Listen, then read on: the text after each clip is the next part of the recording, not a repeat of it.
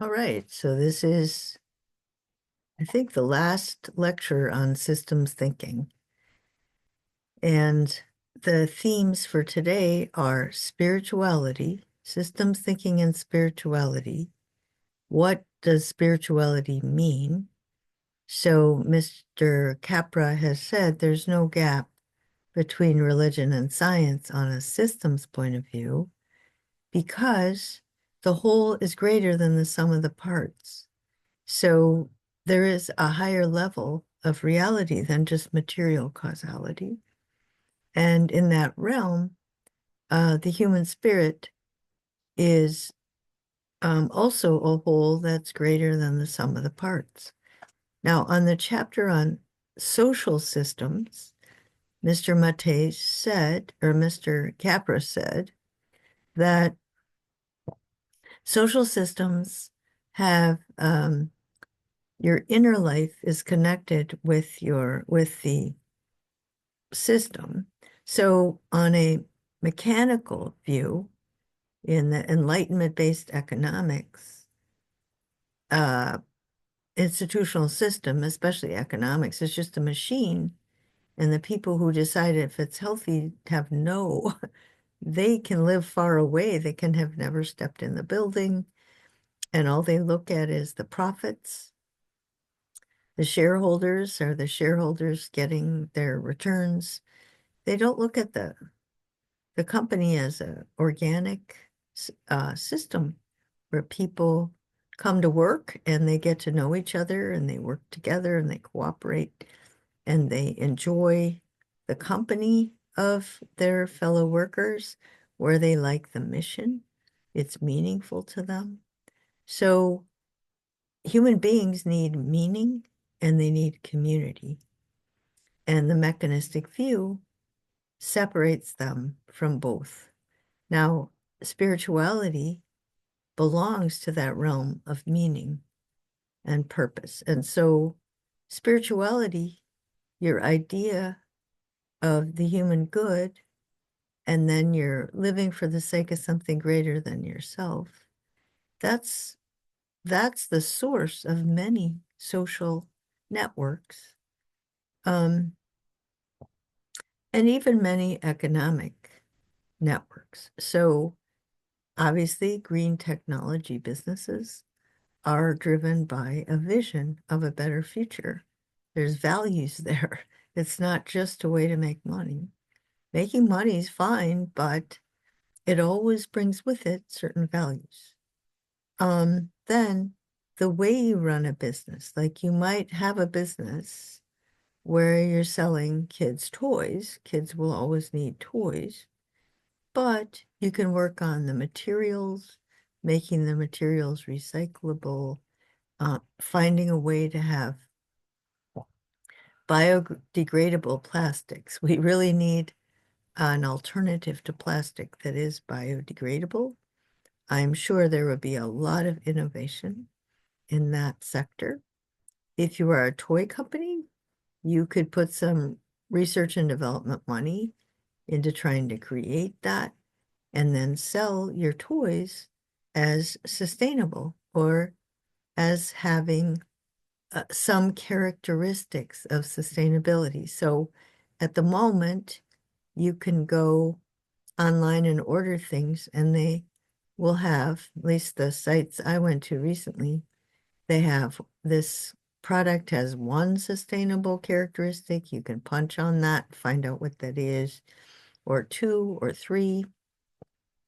So the people who envision a green future will buy the product that is sustainable or the most sustainable. And then you can, if you can start selling your product based on sustainability, then the price can go down. It just takes some visionaries who have a little extra money, which none of my students were likely to have for a while, but it's my generation, right? We're the ones that should lead the way. We're the ones that, after a lifetime of working, should have some spare change. Um, so, but that's part of your spiritual life. Um, every religion or spirituality is living for the sake of something greater than yourself. Now, you could consider that entirely natural, that as human beings, we need to flourish and we need to integrate nature and culture. And so that's my spirituality. But if traditional traditions, the creation that God created the universe or the world, and we should not destroy the creation. That should be pretty obvious. So your spirituality requires going green because of your view of God or karma in Hinduism. It creates bad karma and it's very disruptive of the natural world and the inner life of human beings and the social life of human beings. Same with Buddhism. Meditation techniques, um, all sorts of getting in touch with the Atman, the piece of the infinite inside of you, are all require living simply and sustainably and reflectively. So reflective consciousness is the activity, is the intellectual activity that connects with the universe and that also connects with meaning. Confucian values are the harmony, the external harmony and the internal harmony, and the harmonizing of relationships. So this should not be difficult. The split between science and religion was an Enlightenment construction. It was based on the construction of Newtonian science, which was a construction which has been refuted now by quantum physics and by systems chemistry and systems biology. Um, or reductionist, right? That it's just spirituality was pitted against materialism, and in the Enlightenment, it was one or the other. But in a systems view, it's not, because science is holistic and spirituality is holistic. A person's identity is connected to their vision of the good life and their way of living it out. Um, all right, so let's look at the outline. But just to remind you, the social systems was all about people need to live in communities with meaning and purpose. And spirituality is all about that inner life. It's how you find out what meanings and purposes um, you want to live for. Each tradition has slightly different, but actually they all converge on sustainability. So when primary consciousness is associated with the transient experience of self, um, while reflective consciousness is associated with an extended experience of self.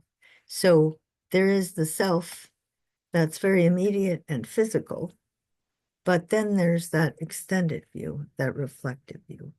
Um, and that's when the images that come in from the world, okay, are enriched by memorized and invariant autobiographical images. Well, let me give you an example. That now that we're in this next phase of green energy, you can think about the natural world in a number of different ways. So people who are reactionary, who don't want change, feel threatened by natural disasters.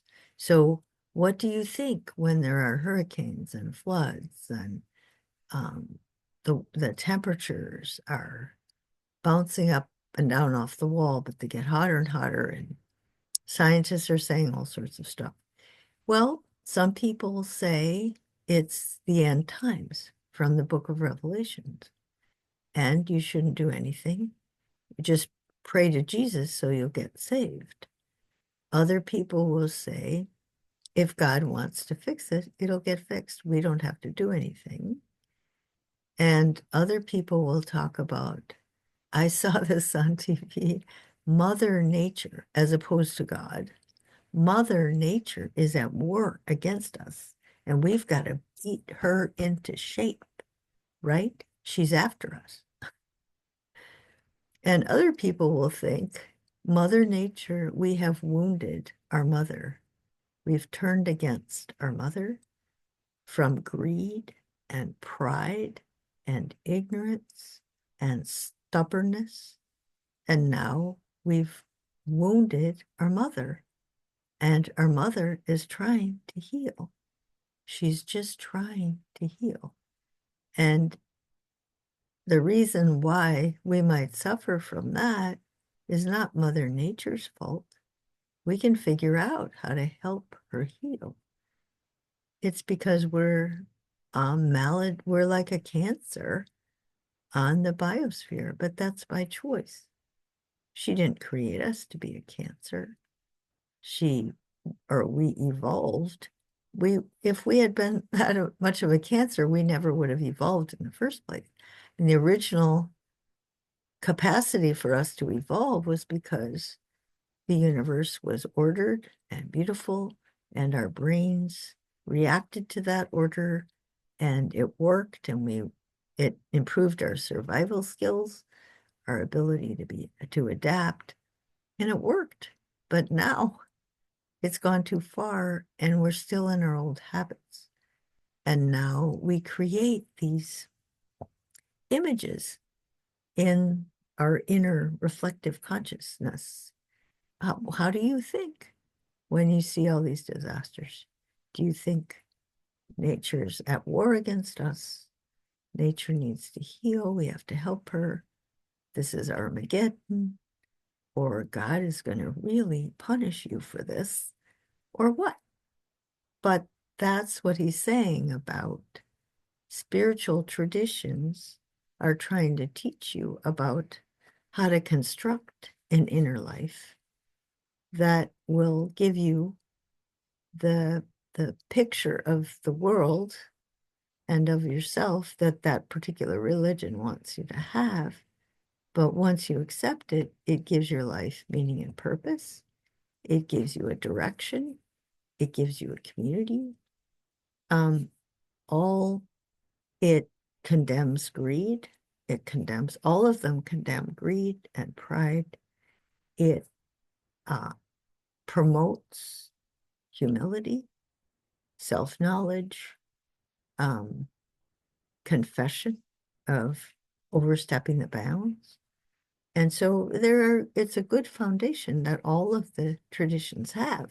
They get corrupted, but people don't have to accept any of those particular descriptions or images of meaning, but they could. Another kind of spiritual image. So there are a lot of artists who create images that are physical, but they represent the spiritual.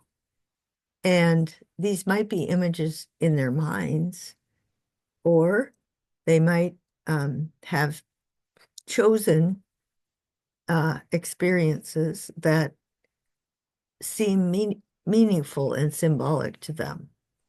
So they create an image that's trying to create their inner spiritual life.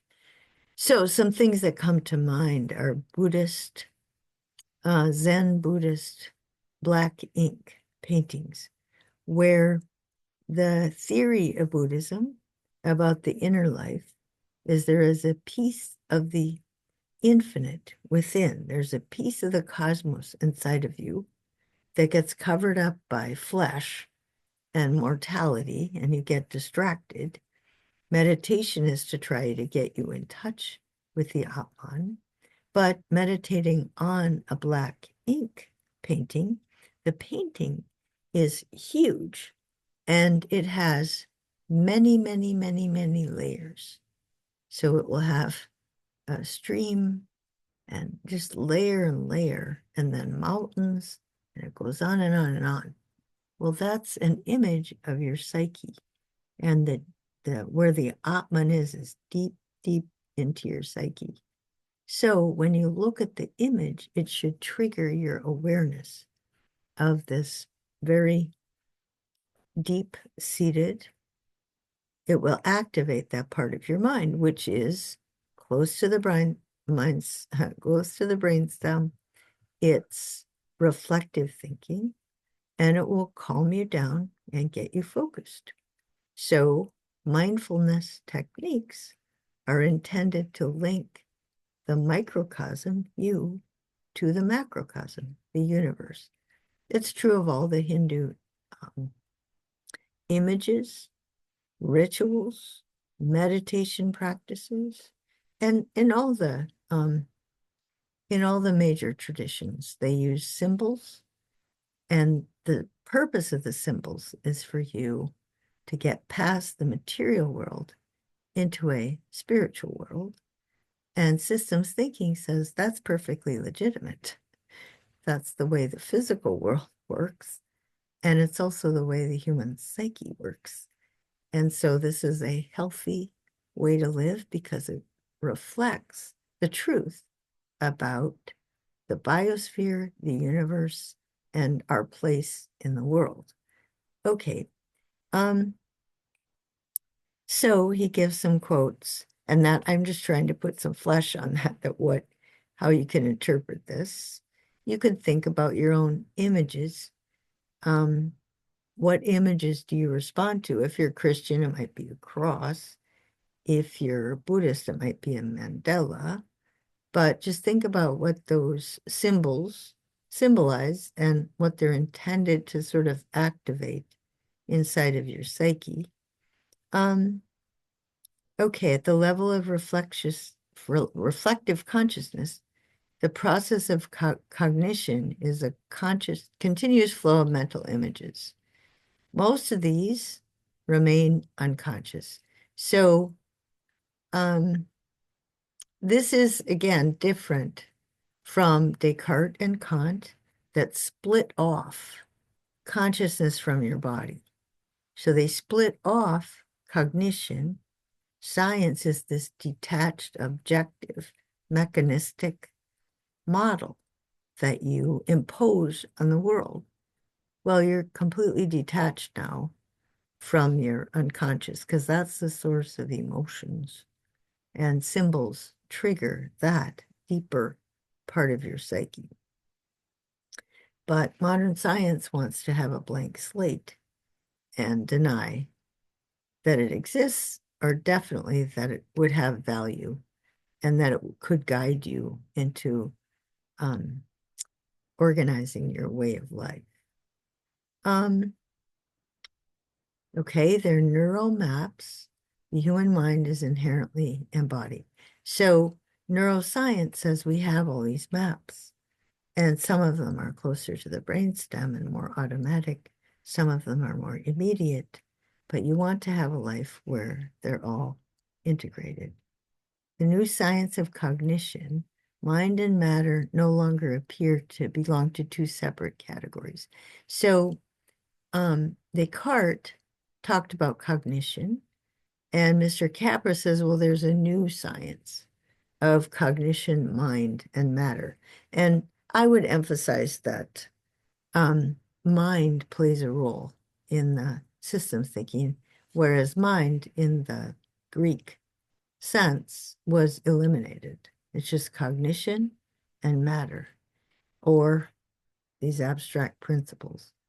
Okay, now we see everything as unified. All right, ways we gain knowledge of ourselves: philosophy, science, religion, art, and literature. Science and its applications in technology focus on material and technological progress, but spirituality is responsible for the inner growth of individual and for ethical constraints on their use of resources, right? It shouldn't be just don't do that. It's a law or a threat. It should be that it's it would it destabilizes your whole idea of yourself and the universe to exploit resources excessively. Um, so we're headed for self-destruction, nuclear weapons, wars, global climate collapse, right? Resource depletion, species extinction, and unequal distribution of wealth. So it's no accident that the exploitation of nature brings with it the unequal distribution of wealth. I mean, in theory, 50 years ago, someone might have been able to say, well, we have to exploit resources to have a strong and stable middle class. But that was never the motive. It was just greed. Um, Humans are capable of aggressiveness and the desire for power, as well as a desire to connect with the universe and show love and respect for others. So I do want you to think how you want to live your life, how you want to exercise your career, how you want to function as an expert with relationships to their clients or patients. Um, okay, we need to balance science and spirituality. Um, okay, so, all right. So technology is applied science. Religion is applied spirituality. So spirituality is broader than religion, just like science is broader than technology. Um, Einstein and Bohr were spiritual souls. They wanted to be in touch with the universe. But this was via science. It wasn't a religion. Gandhi and Martin Luther King, they had higher ideals and they didn't need any to be associated with any particular religion.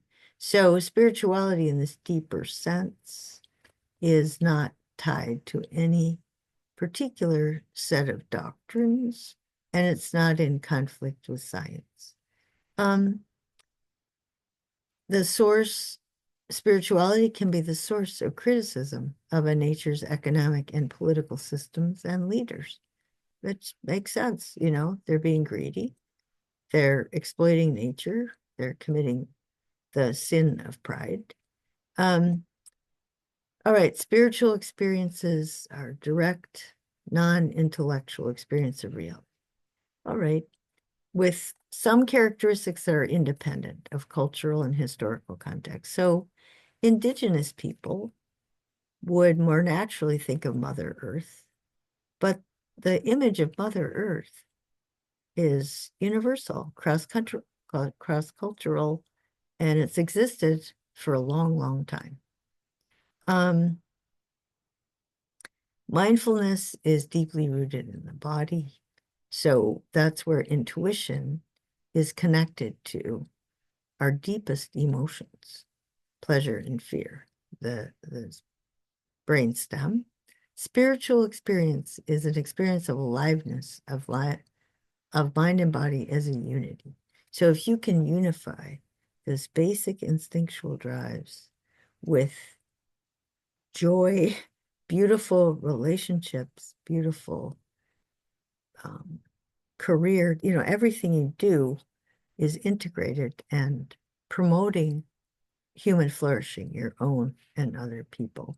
And when you have that experience, there's no separation between your mind and your body or yourself and the world. You belong to the universe. So we are connected with the fabric of life. This is just true. And you can study about it, and it should resonate. It's good to study the very reality that you want to get in touch with, you want to be the foundation of your life. Einstein said, the fairest thing we can experience is the mysterious. It's the fundamental emotion which stands at the cradle of true art and true science. The mystery of the eternity of life, the inkling of the marvelous structure of reality, together with the single-hearted endeavor to comprehend a portion, be it ever so tiny, of the reason that manifests itself in nature. So he thought when he discovered E equals mc squared, he recognized something about the universe, a pattern. And that was, very pleasant for him to recognize that. But spirituality, the universe itself is deeper than that.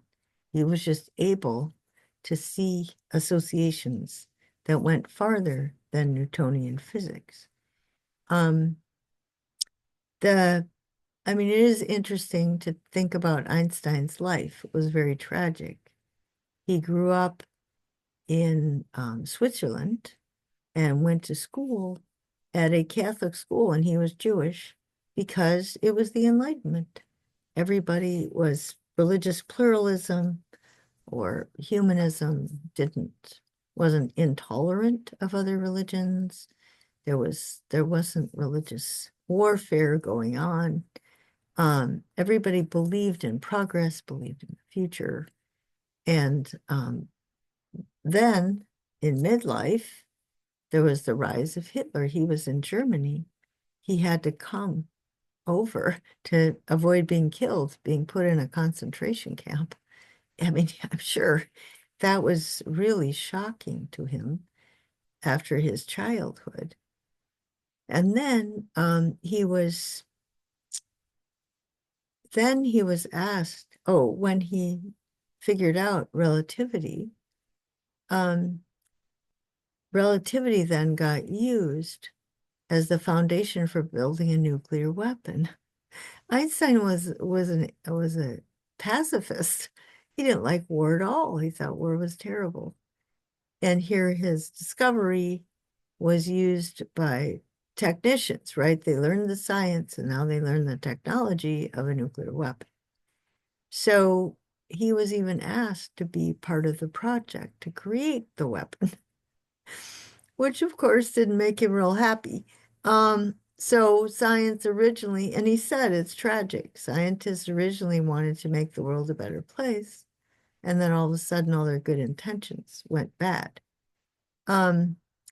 So that's another example of how technology at the moment is still fossil fuel and destroying nature, but there's no reason why it can't be used to bring us back in harmony with nature. Um, all right.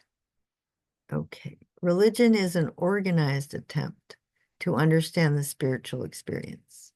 The spiritual experience is experience of mystery, like Einstein. You can't organize that. You can't have four rules and all of a sudden, you'll have this wonderful revelation.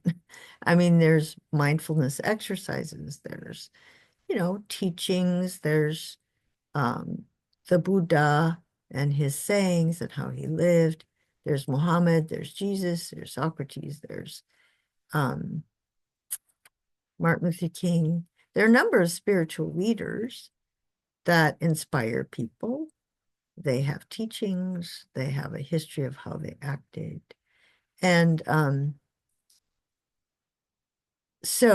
but those are official religions, and religions are, they're within a box. You have the same rituals or the same basic rituals and practices and times you meet and expectations and all of that. But the point is to get beyond the rituals. There are three main aspects of religion. Theology is the intellectual interpretation of the spiritual experience. It's very different than the experience itself. Morals is the rules of conduct that lead to that sort of sense of belonging to the universe, and also that sort of arise from having had the experience. And ritual is a celebration of belonging to a religious community. So you celebrate the insights or our link to the universe, you celebrate it together. So that's creating a social system that's tied to reality, spirituality, and you're linking culture and nature. Theology, during the scholastic period in the West, there started this split between spirituality and dogmatic theological beliefs. You have to believe this. That's not spiritual. It's force. And also more and more rigid fundamentalists. You have to believe this and this and this. That's not spirituality. Science describes the world. Spirituality facilitates experiences that change a person's self and way of life. Okay. Buddhism is mystical. Science conclusions are always limited and approximate and subject to change. But science, insofar it's just material, there's a much broader context within which these associations are made. Christianity has often been rigid. How about ethics? We are members of humanity, okay? This is a global spirituality. We all belong to the global biosphere. We are members of oikos, the earth household, which again is another image of the earth as a household, or the spaceship earth. That's another image that tries to point out to us that in a spaceship, you have to be careful about how you use resources, and you have to minimize waste, obviously, and you have to be very sustainable, or at least minimum destruction, because you have a very closed environment. So thinking about the earth as a spaceship would make us a lot more conscientious about our behavior. All right, or the earth household, that in the social systems, we're all members of a household whose income depends on the earth. All right, we have to coordinate our behavior, the plants, animals, and microcosms that form the networks of relationships. We need to also build a set of relationships that is analogous and that doesn't disrupt the natural relationships. The original purpose of religious communities: provide opportunities for their members to relive the mystical experiences of the religion's founders, okay?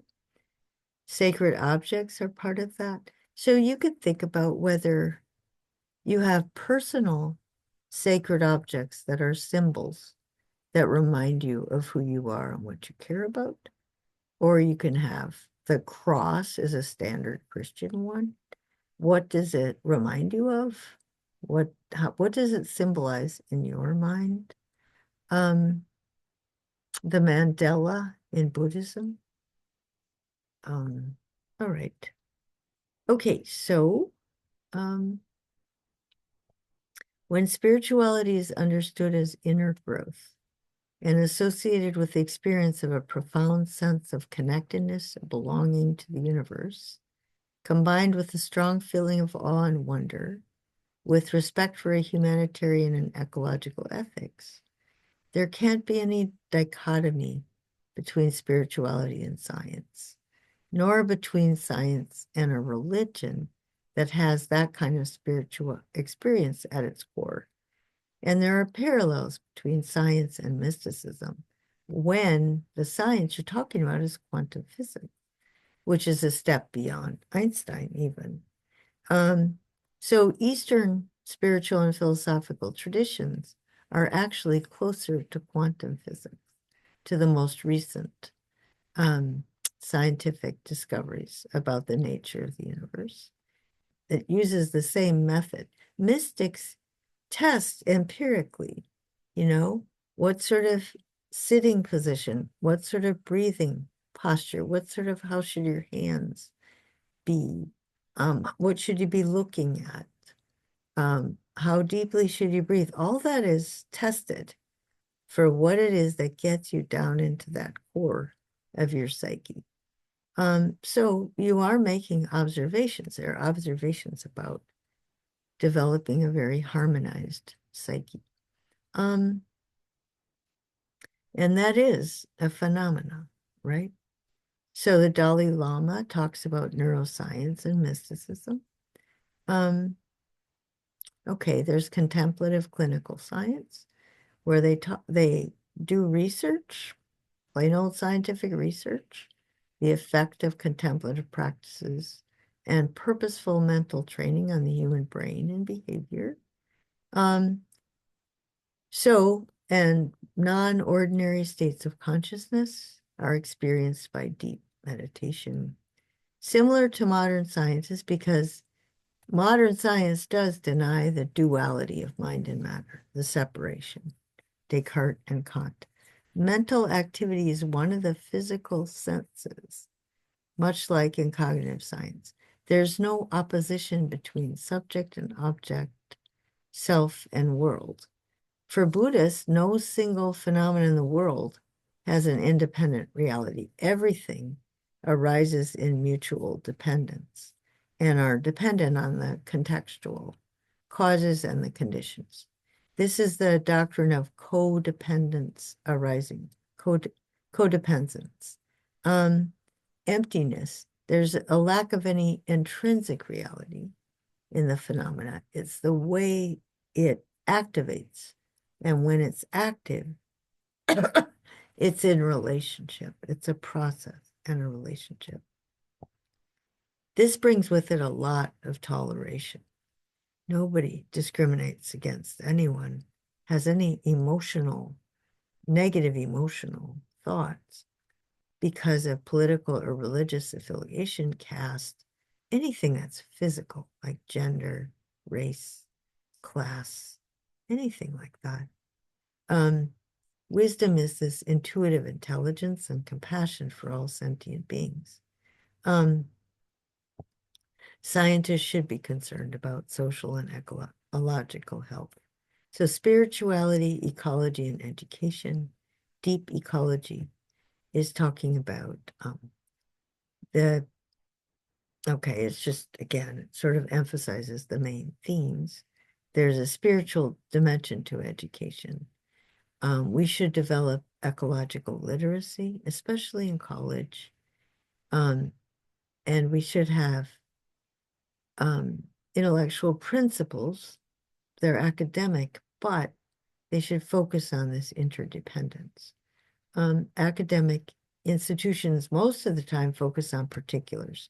So the teachers have incredible specialization in some, one branch of genetics, of which there's 100 branches, or one branch of, I don't know, physics or chemistry or whatever it is. The sciences have really split into specializations. Unfortunately, the humanities has also. So Ph.D. is a high level of specialization.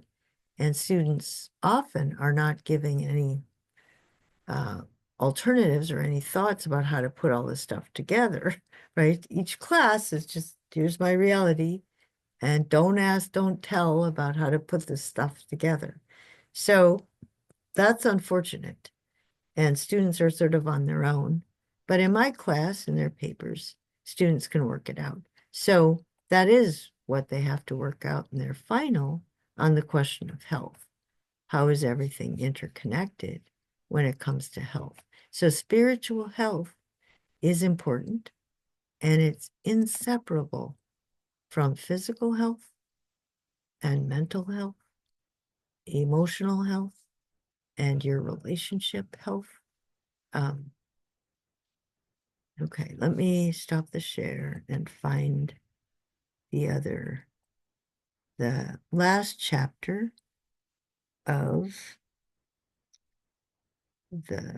let me see if I can find it. The last chapter of the systems book. Oh, that's not it. It looks to me like I'm on the wrong, yeah, I don't know how I got on the wrong module, but all right.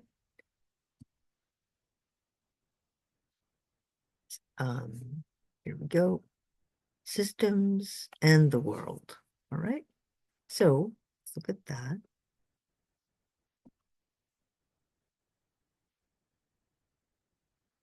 Okay, systems thinking and the state of the world. Conclusion. The greatest challenge of our time is to build and nurture sustainable communities and societies. Okay, a lot of this will repeat, so perhaps I shouldn't keep repeating the same thing. We need to become ecologically literate. The basic principles of ecology are things, this is the way we should teach ourselves to think so we can move to a sustainable future. We've ignored these things in the past. The main problems of our time can't be understood unless we understand how they're interconnected and how we have to think in a way that follows the reality so we can constantly be making good judgments about how to live, how to create a social network of meaning, how to have dialogue with family or friends or fellow workers or members of any kind of social group. That's how we create meaning in our social circles. And whatever other meanings these groups might have been founded to meet needs, the sustainability should be added. We can teach children, but we can teach them math and science, reading, but we should also include sustainability within those other kinds of lessons. All the problems are different facets of one crisis, an outdated worldview, right? This is the key, and that's why I teach philosophy. The solutions require a radical shift in our worldview. The illusion of unlimited growth is not possible, right? It's an illusion. We have to stop. The clash between linear thinking and nonlinear. The Enlightenment tried to do linear, didn't work. Our current economic system is driven by materialism and greed. This is dated. We got to stop. Three kinds of growth have severe impacts on the environment: economic growth, corporate growth, and population growth. We have to stop using these models. We have to figure out how corporations will go green. They need to go green. And then that would be related to economic growth, going green. Economists refuse to include social and environmental costs to economic activities. There's huge difference between market price and true cost. You don't factor in the cost of climate change, the cost of hurricanes and floods. Global capitalism is a network of financial flows without any ethical framework. It doesn't it doesn't bother. I mean, the way it's understood, there's no concern for social inequality and social exclusion. Free trade rules are designed to support continuing corporate growth. The rules promote excessive consumption and throwaway economy. The population growth and poverty form a vicious circle. So on the one hand, economists are always so worried, geez, we don't have enough people, we're going to have fewer people and our economy will go down. But then if the number of people goes up, you have hunger. So, the economists are just resigned to having a certain number of people be the have-nots. And that's the way it's very, very inhuman and impersonal. What problems do we have? Overgrazing, deforestation, overfishing, species extinction, the services that natural things provide, water purification, pollination, those are the bees, flood control, and just FYI, so Immanuel Kant thought human beings are of infinite worth, but he did not think animals have any rights. Animals are means to the end of man. They are not ends in themselves. human beings are ends in themselves because of their not rational nature. Animals are not. This fundamental split. Now, he says you should probably treat animals well. You could have laws against torturing animals, not because they have rights, but because people who torture animals might also exercise violence against human beings. So it's really designed toward violence and violence toward human beings. So that would be the only reason to protect animals or to prevent people from doing whatever they want with them. So it should make sense to you, right? Nature is there for our use, and that includes animals. Um, we're going to have climate change, rising temperatures. I mean, all these things are happening. We will have peak oil. The economic system has no way of dealing with it in a humane way. Food insecurity. There's going to be a rise in wars for resources, the illusion of perpetual growth. Politicians just go along with it. This financial system requires it. Economists use the wrong indicators for economic health. From quantitative to qualitative growth. In the past, growth is just mostly waste. So you should just call it that. It's an economics of waste and destruction. Qualitative growth is sustainable. So China is the country that uses the expression qualitative growth because they want to sell their product to the developing countries. And they'll say, well, we are the country that pulled people from poverty into the middle class, as opposed to America that's shrinking their middle class. And so we have qualitative growth that way, and we also have sustainable economic growth.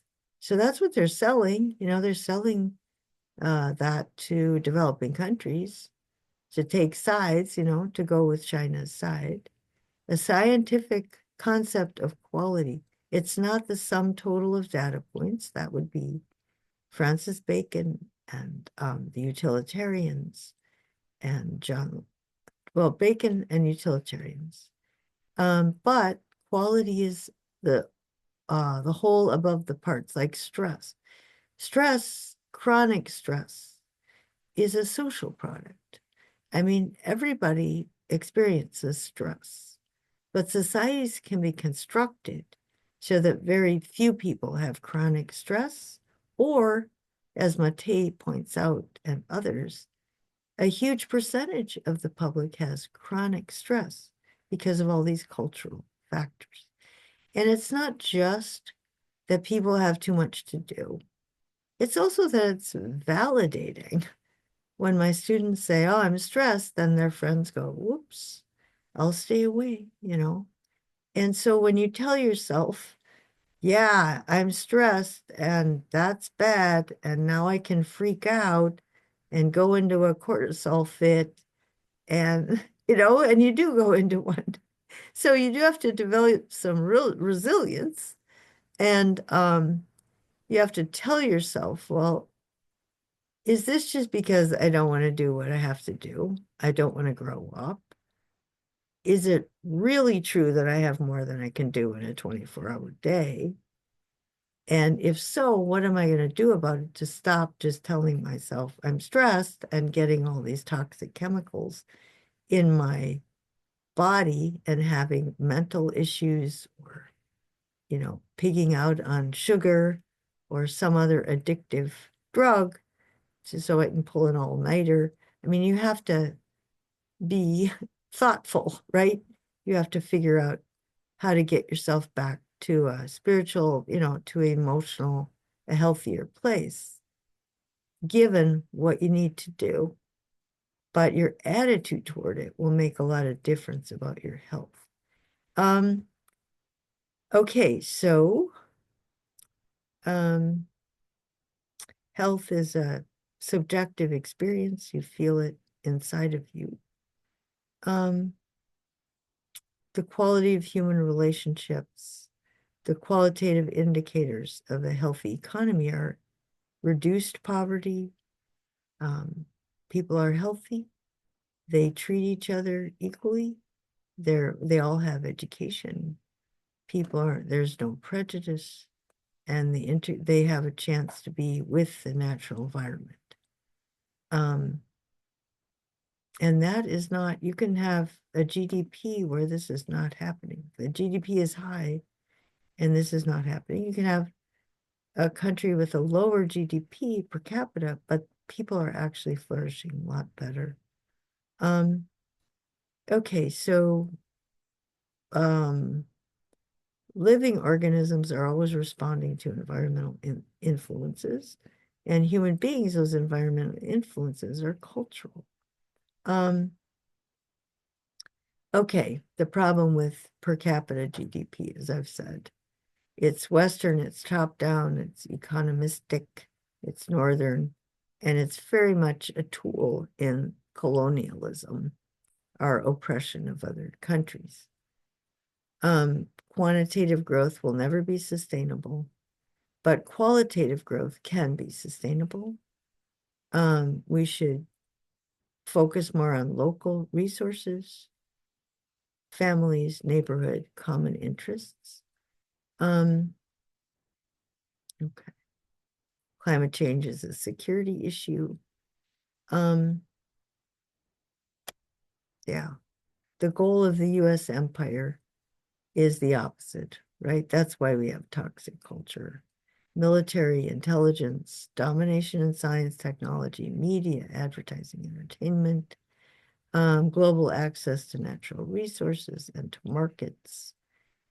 So we talked about this with Glenn Hedges, The Illusion of America. And then we talked about it with Mattei. And so, yeah, we've been there. Patriarchal cultures. You also have the problem, which I had you read a few pages by Mattei about women are even in a tougher situation in terms of chronic stress. But men get put into a rotten situation if manhood means to be rich and tough and unemotional. That's not natural. That's cultural. So in the past, real men would be generous, right? They'd be successful, they'd make money, and then the real men, the good men, would give it away. Now, manhood is being tough and successful, getting rich and showing off your wealth and spending it only on yourself. Okay, it's corrupted. All right, women's knowledge, all life is connected. Our existence is embedded in cyclical processes and nurturing relationships. So when women have babies, their bodies change and they get a whole lot of shot of oxytocin, which is the love, right? The relationship chemical. Men can also. It's just that women's bodies, because they go through pregnancy, it's a huge shot of oxytocin. Most of our economic activities are global, and so we really need to structure a system of sustainability. The World Trade Organization, on the other hand, set up a system that's unsustainable, that's top down, that's breaking down democracy, destroying the environment. So the system we have is the opposite of what we need. Future, okay. The economy was a giant electronically operated casino. It still is. People control over huge amounts of money. They sit and play computer games, right, with billions of dollars. All of this, it's pretty arbitrary. It's a casino, right? It's programmed to maximize profits, run by machines. Governments can't put regulations on it. There's no logic. They were designed by mathematicians and physicists, but they don't describe human behavior at all. The relation between capital and labor is completely changed. capital is global, labor is local, and labor is fragmented and is empowered. There's just a huge gap, right? The managers don't live anywhere near the business. You don't even know where they are. They're just punching buttons on a machine and checking out how the stock prices are doing. Okay, so we've been through this before. That's inequality. The US is by far the biggest inequality.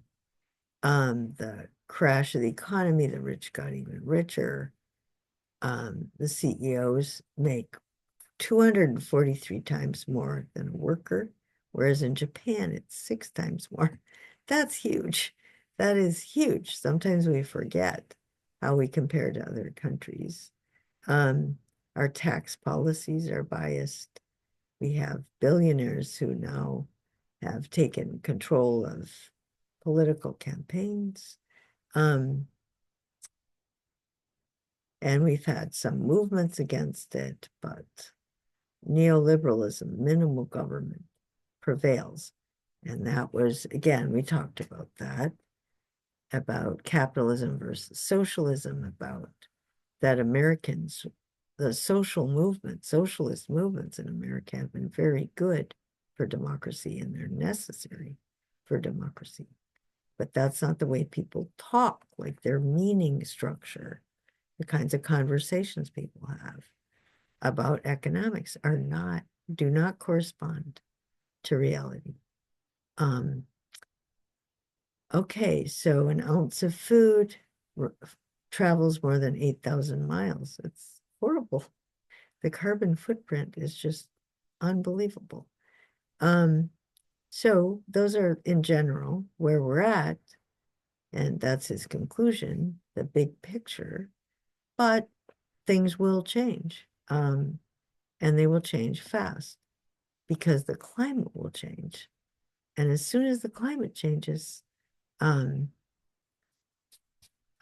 somebody will decide they can make a whole lot of money on going green. Well, that is not the right motive, but there will be innovation. There will be some crackpot innovators. There will be some schemes, and the public needs to not buy into some lousy product, right?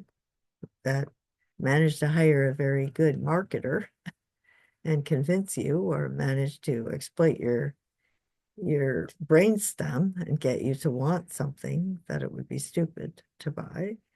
There are products, there's some foods are labeled organic. Well, first of all, people would do it, and even if they hadn't gotten the approval from the government, Food and Drug Administration, then the Food and Drug Administration approved certain foods as organic that really weren't.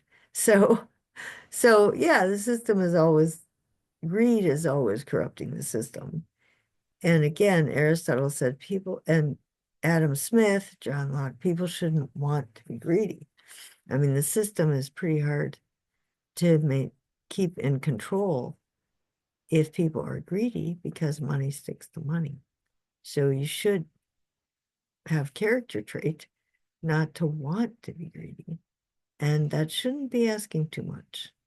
And it's not unrealistic, because what's realistic is we have to go green, not the realism of we have to stick with what we have. No, we're committing suicide with what we have. So don't tell me that's realistic. All right, so that's systems thinking. And next time, actually, we're going to talk about spirituality with some of the other books that we've read, the chapter on spirituality.